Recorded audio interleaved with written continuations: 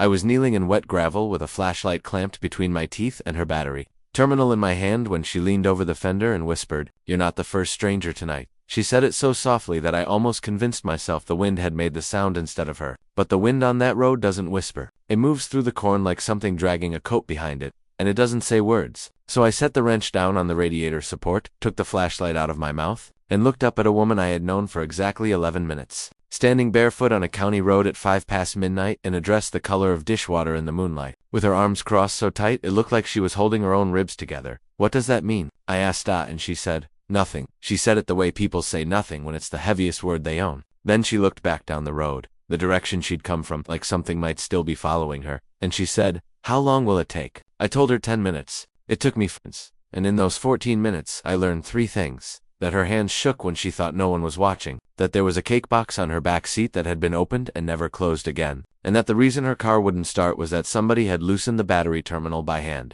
Not corrosion, not a dead cell. Somebody had put their fingers on that nut and turned it counterclockwise until the connection went soft, and the only fingerprints in the grease were small. I didn't say that part out loud, not then. It would be 5 months before I said it out loud, and by then it would mean something completely different than it meant that night. But let me back up, because none of it makes sense unless you know why I was even on that road. And the truth is, I had no business being there at all. My name is Theo. My father's name was on the sign of a 2-bay garage on Mercer Street for 31 years. And for the last 6 of those years my name was under it. And on the afternoon of the day I'm telling you about, I sold his tools. All of them. The snap-on box he bought the year I was born. The torque wrenches he refused to let anyone else touch. The creeper he'd patched with duct tape so many times it looked like a mummy. A guy from 2 counties over came with a flatbed trailer and paid me $11,400 in a cashier's check, and I stood in the empty bay afterward and listened to how loud a building gets. When you take everything out of it, he'd been gone 14 months by then. Heart, in his sleep, in the recliner, with a bowl of cereal on the armrest that my mother found before she found him.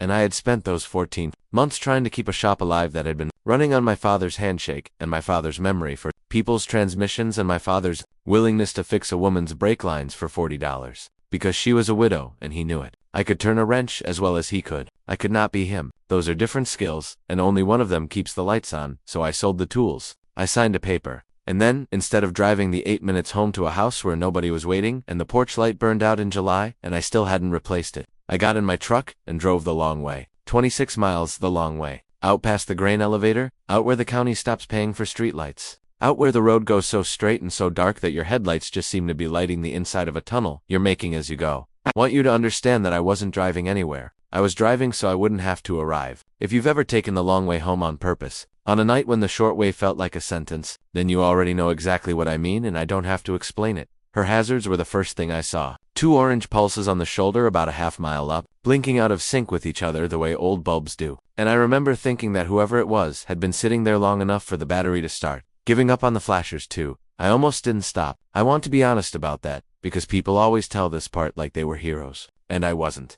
I was tired. I smelled like a garage that wasn't mine anymore. I had a cashier's check in my shirt pocket that felt like a receipt from my father, and my first thought when I saw those hazards was, somebody else will get it. Then my headlights swept across the back of that car, and I saw her sitting on the trunk, not in the car, on it, on the trunk lid of an old Volvo wagon, the color of a nickel, with her knees pulled up and her chin on them and her shoes sitting neatly side by side in the gravel, like she'd taken them off to go into somebody's house. It was 41 degrees. She had no coat, and she didn't turn around when my lights hit her, didn't wave, didn't stand up, didn't do a single one of the things a person does when help finally comes down an empty road. That's what made me stop, not kindness. It was the not dash turning dash around. I pulled in behind her and left my lights on and got out slow. Hands where she could see them, because a woman alone on a dark road doesn't need a man surprising her. And I said, "Ma'am, you okay out here?" She turned her head then. And I've told this story to maybe 4 people in my life, and I've never once gotten this part right. So I'll just say it plain. She looked at me like she'd been waiting for me specifically, not for a tow truck, not for a good Samaritan.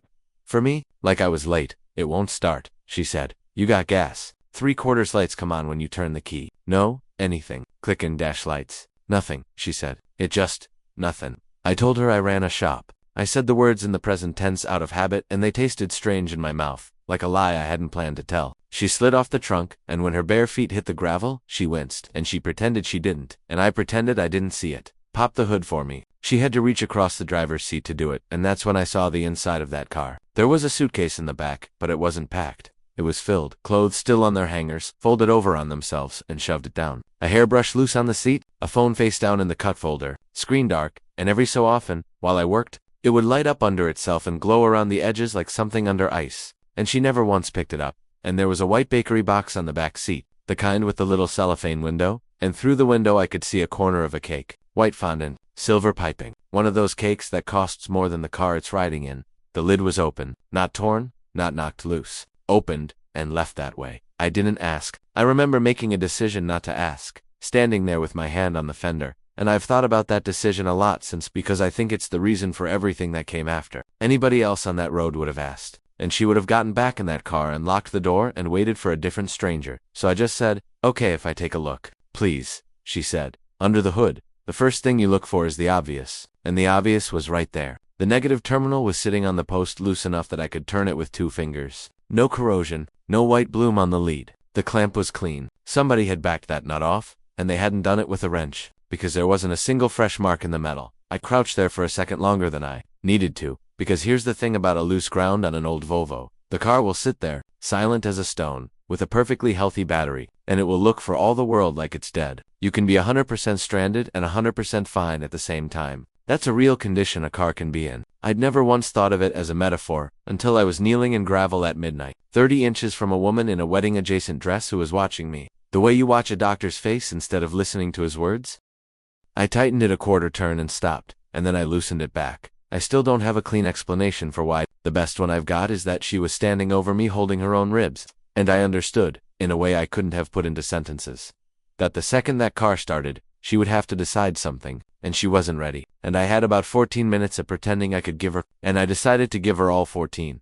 That's when she leaned over the fender and whispered it. "You're not the first stranger tonight." I asked what it meant. She said nothing. And then she asked how long it would take, and I said 10 minutes. And I started very slowly cleaning a battery post that did not need cleaning.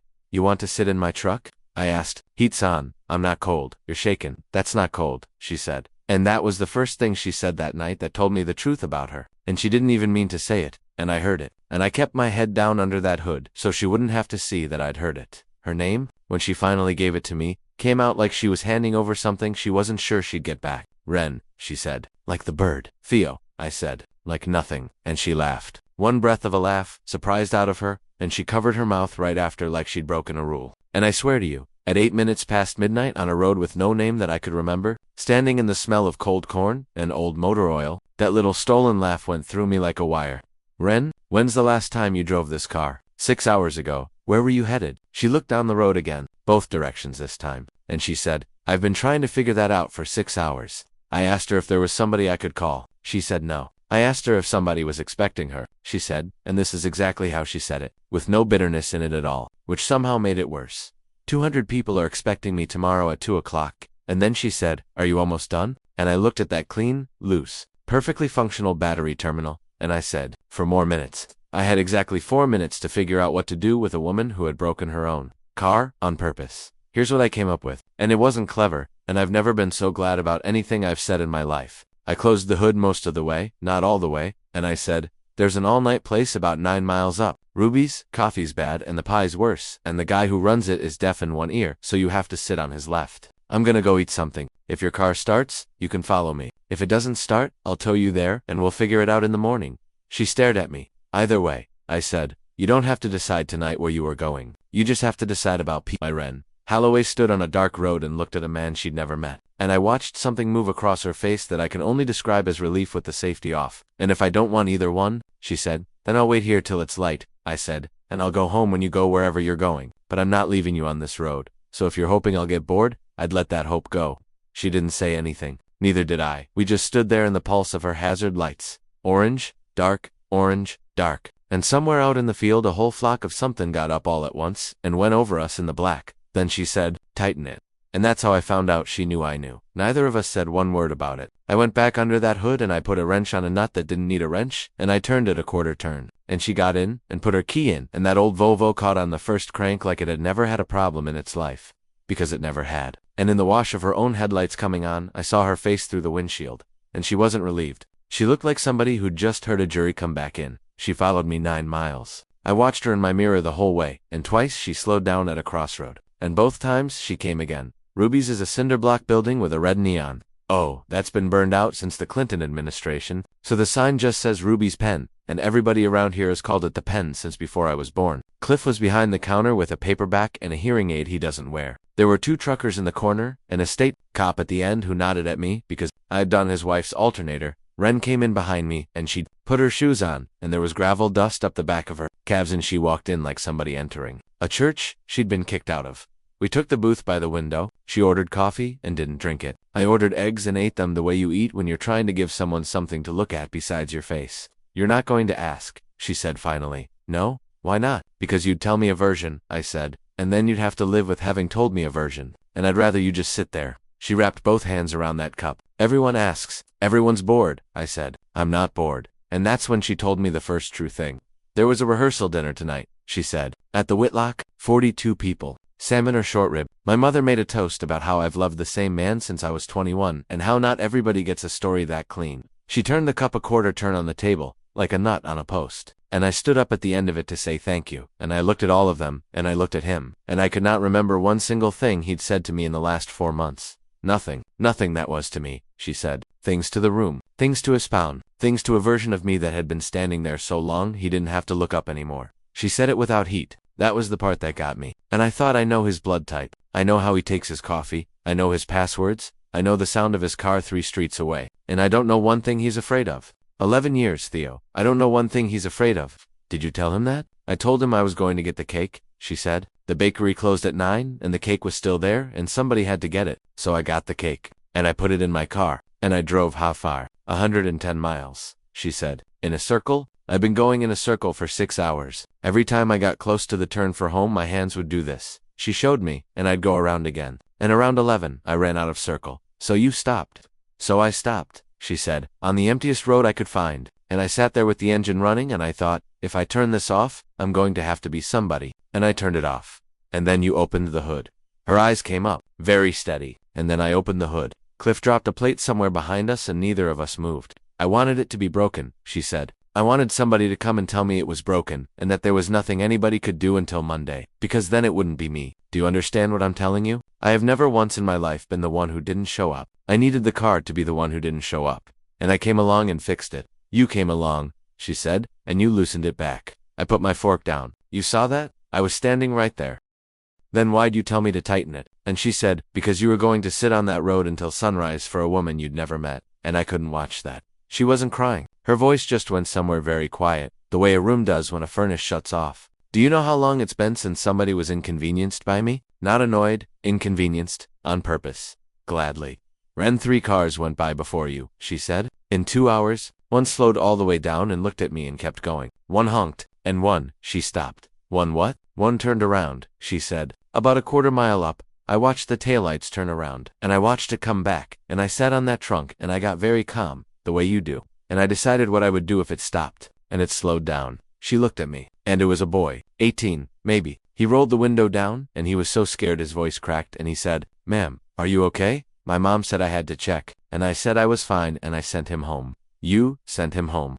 He was somebody's kid, she said. He shouldn't have had to. And then she said it again, the thing she'd whispered over the fender, only now it had a bottom to it. That's what I meant. You're not the first stranger tonight. You're the 4th. But you're the 4th stranger on that road. And here her hand went flat on the table. Careful. Deliberate. Like she was setting something down that she'd been carrying for 6 hours. And you're the second one today. I didn't get it for a second. And then I did. The man you're marrying, I said, was a stranger at a table with my mother's hand on his shoulder, she said, and everyone in that room could see it except the 2 of us. And we'd both agreed not to look. Outside a truck went by and lit the whole booth up white, and then let it go dark again. I'm not running away with you, she said, suddenly, sharply, and I put both hands up. Ma'am, I have $400 and a truck with a bad wheel bearing. It cracked her. She laughed, a real one this time, a wet, ugly, wonderful one, with her hand over her face, and she said, God, I'm sorry, I'm so sorry. I don't know why I said that, because it's midnight and I'm being nice to you, and that's a strange combination for you right now, I said. It's all right. I'm not offering. I'm just here for the pie. You said the pie was terrible. It is, I said. That's why I keep coming. It's the only thing around here that hasn't changed. And she asked me what had changed, and I hadn't planned on telling anybody, and I certainly hadn't planned on telling a woman I'd known 90 minutes. but she'd handed me 6 hours of her circle. So I gave her the $11,400 in my shirt pocket. I told her about my father, and the recliner, and the cereal bowl. I told her about the man with the flatbed. I told her that I'd stood in an empty bay that afternoon and heard my own breathing bounce off the walls, and that I hadn't gone home yet because there was a burned-out porch light I couldn't make myself replace, because he was the one who used to notice things like that. She listened the way almost nobody listens. Not waiting. Just there. And when I was done, she said, "Don't sell the building. It's not the building. It's don't sell the building," she said again. "Tools you can buy. I have 31 years of my father's law practice in a storage unit in Fenton because I was very practical at the wrong moment, and I would give back every dollar to have one afternoon of it again. You never said your father died." "I never say it," she said. "I schedule around it." It was almost 3 when the truckers left. She'd eaten half a piece of pie by then, and pronounced it, correctly, an insult to fruit. Out in the lot, the frost had come, and her Volvo had a white shell on it, and I scraped her windshield with a card from my wallet while she stood there, with her arms crossed. And when I was done, she said, "Theo, what do I do?" And I said the only honest thing I had. "I don't know," I said, "but you don't have to know tonight either. Go somewhere warm, sleep for hours, and then at 10 o'clock, when you're a person again, ask yourself the question one time, out loud, and answer it the first way you answer it, and don't argue with yourself. That's all." That's terrible advice. It's free advice. She got in. She rolled the window down halfway. She looked at me for a long moment through the gap, and then she said, "Mercer Street. That's what you said. The Shah, number 9. Okay," she said, and she drove away. And I stood in the parking lot of the Pen at 3 in the morning next to a red neon sign missing its O. And I remember thinking, very clearly, with total certainty, I will never see that woman again. I was wrong, but not the way you're thinking. I was wrong by 51 days. 2 o'clock the next afternoon came and went. I know exactly what I was doing at 2 o'clock, because I was sitting in my truck in the lot on Mercer Street with the keys in my hand, not going in, watching the minute change on the dash. I had no right to wonder. I didn't even know her last name yet, and I sat there like a man waiting on a jury of his own. I didn't sell the building. I told myself it was because the listing agent was slow. Then I told myself it was because of the survey. Then I stopped telling myself things, and I started going in on Saturdays with a shop vac and a putty knife. And by the 3rd week, I'd scraped 40 years of grease off the north wall and found the place where my father had written my mother's initials in the wet concrete in 1989. I bought a used tool cart at an estate sale in Kirkwood for $200. Then a floor jack, then a torque wrench, and I stood in the aisle of that auction house holding a torque wrench, and had to go sit in my truck for a while. 51 days. December, the kind that comes at the windshield sideways. And I was under a Silverado on a creeper. I'd rebuilt myself when I heard a car pull into the lot with a distinctive tick in the exhaust, and the sound of an old Volvo's parking brake being set to not just too hard. I didn't come out from under that truck right away. I want to be honest about this too. I lay there with a socket in my hand and my heart going like a bad rod knock, and I made myself count to 10, because if it wasn't her, I was going to need those 10 seconds. Her boots came into view first, and the hem of a gray coat, and she crouched down beside the truck so she could see my face, and she said, "It won't start." "It starts fine," I said. "I know," she said. "I did it in your parking lot. It took me 4 minutes. I have never gotten out from under a vehicle so fast in my life. And I stood up too quick and hit my head on the mirror, and she laughed at me. And there it was again. That wire. She didn't marry him. That's the part you want. So I'll give it to you plainly. Standing there in the cold with a knot rising on my scalp, she went to a motel with a broken ice machine. She slept for hours. And at 10 in the morning, she stood in the bathroom in a wrinkled dress, and she asked herself the question out loud. One time, exactly like I said, and the first way she answered it was, no. And she didn't argue with herself. She drove to the Whitlock, and she found him in the parking lot before anyone else was awake, and she gave him back a ring and 11 years. And he said, this is the thing that broke my heart for both of them. He said, okay. Just okay, like a man being told the flight was canceled. And she said that was when she knew for certain. Because if you love somebody, you fight. And if you're relieved, you say okay. Then why 51 days? I asked her and she said, because I wasn't going to be a woman who left one man on a Tuesday and showed up at another man's door on a Wednesday. You would have taken me and that's exactly the problem with you. She said it half angry, which is how you say a thing you've rehearsed for 7 weeks. I have been somebody's since I was 21. Theo, I needed to find out if I could stand in a room by myself before I asked anybody else to stand in it with me. And can you? I got an apartment over the flower shop in Fenton, she said. It has terrible water pressure, and no dishwasher, and a radiator that sounds like somebody hitting a pipe with a spoon, and I have not asked one person for one thing in 51 days. Her chin came up. Yes, I can. Okay, I said. Don't say okay, she said. That's the worst word there is. And I said, then come inside. It's sleeting. And she said, okay. And we both stood there in the wet for a second, and started laughing like idiots. That was December. What happened after that happened slowly, and I'm glad. because I've come to believe that anything that can happen fast can leave fast. She came on Saturdays, always with something wrong with that car, and the car was 31 years old, so sometimes it was even true. A wiper motor, a heater core, which is an honest, miserable job, and took me 9 hours with her sitting on an upside-down bucket handing me things I didn't need. Sometimes it was a noise she couldn't reproduce. Sometimes there was no pretense at all, and she just came with 2 coffees and a paperback and sat in the office with her feet on the desk while I worked. And we'd talk with a wall between us, which I think is how the hardest things get said. I learned that she'd been a paralegal in her father's firm and had never once considered whether she wanted to be. I learned she was afraid of deep water and not at all afraid of heights. I learned that she hummed when she was concentrating and denied it flatly when accused. And in February, on a Saturday when the sun came in the open bay door, at that low winter angle that makes even a garage look holy, I finally told her the thing I'd been carrying since the first night. I have to say something, I said, and it's going to sound worse out loud than it is.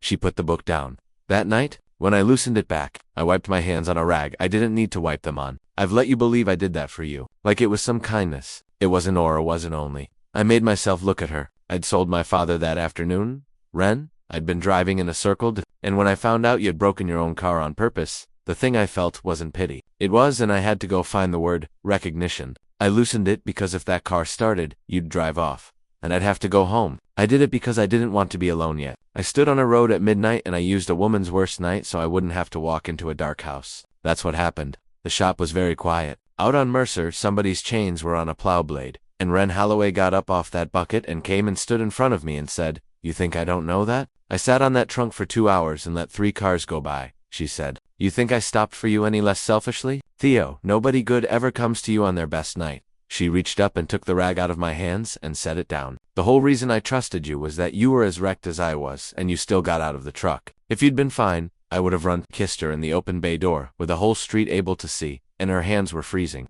And she still had my socket in her coat pocket, and she kept it. She has it in a drawer right now. It should end there. It almost didn't. In April, I got a letter from the bank about the second mortgage my father took out in the last year of his life to keep the doors open. The one I'd been paying on out of my own pocket, quietly, badly, 90 days behind. And instead of telling her, I did the stupidest thing a man can do, which is get very calm, and very busy, and very hard to reach. I didn't answer on a Wednesday. Then on a Thursday, when she came on Saturday, I told her the shop was slammed, standing in an empty bay, with 1 car in it. Hers. She let me lie for 2 weeks. Then she came on a Tuesday night and put the letter on my workbench, because it had been sitting open on my desk for 11 days, and she is not a stupid woman, and she had been a paralegal for 9 years. "You were going to disappear," she said. "I thought I was going to fix it first." "With what, Theo, with what?" And then, quieter, worse. "You were going to make yourself into something I couldn't inconvenience." "I don't have anything," I said. My voice came out wrong. "You left a man with a house and a boat and a 2 o'clock wedding, and you're standing in a building I'm about to lose? I'm not going to be the thing that cost you." And she said, "You are a coward and I'm going home," and she went. And the sound of that Volvo leaving my lot was the worst sound I've ever heard, including the one my mother made on the phone about my father. 9 days. On the 9th day, I woke up at 11 at night for no reason I could name, and I lay there in the dark listening to nothing. And then I heard, out in front of my house, an old engine come down the street and stop, and a parking brake set 2 notches too hard. I went out on the porch in a t-shirt with my heart in my throat, and there in my driveway was that gray Volvo with the hood up and the hazards going, orange, dark, and Ren Holloway standing in front of it in the beam of my own headlights with her arms crossed like she was holding her ribs together. "It won't start," she said. "Ren, it won't start," she said again, and her voice broke straight down the middle of it. "And I need somebody to come out here and look at it, and I don't want anybody else. And I've been sitting at that stop sign for 40 minutes trying to be a woman who doesn't need anything, and I can't do it. Theo, I'm not going to do it." I came down the steps barefoot on cold concrete, and I put my hands on that fender and I looked at a negative terminal turned counterclockwise by 2 small fingers with a fresh smudge of grease on the lead. And I said, "Nothing's wrong with this car." "I know exactly what's wrong with this car," she said. "It's the same thing that's been wrong with it since October. It only breaks when I need you to come outside." And I stood in my driveway at midnight, 5 months and 180 some days from the first time she said it, and I understood I had spent 9 days trying to protect her from the only thing she'd ever actually asked me for. So I tightened it, and I closed the hood, and I told her about the number on the letter, all of it, out loud. And she listened the way almost nobody listens. And then she told me she'd already called the bank herself on Monday and asked one question that I hadn't thought to ask, which was whether they'd take a reinstatement plan on a property with 31 years of clean history. And they had said yes on the phone in 6 minutes. 6 minutes. 9 days of me being noble, and 6 minutes of somebody just asking. We're still on Mercer Street. Her name is under mine on the sign now, which she pretends embarrasses her. She runs the office, and she does it so well that I've started turning away work, which is a thing I never imagined saying. She still hums and still denies it. And there's a white bakery box, flattened, folded, at the bottom of a drawer in our kitchen, because neither one of us can throw it out, and neither one of us can say why. The porch light's fixed. I did it myself the week she moved in, and every night now, last thing, she flips it on for no reason at all, because nobody's coming. And sometimes, when she's already half asleep and warm and honest the way people only are in the dark, she'll say it into my shoulder, the way she said it over that fender, on that road, in that dress, on the worst night of her life. You weren't the first stranger, and I say what I always say. No, I was just the one who got out of the truck.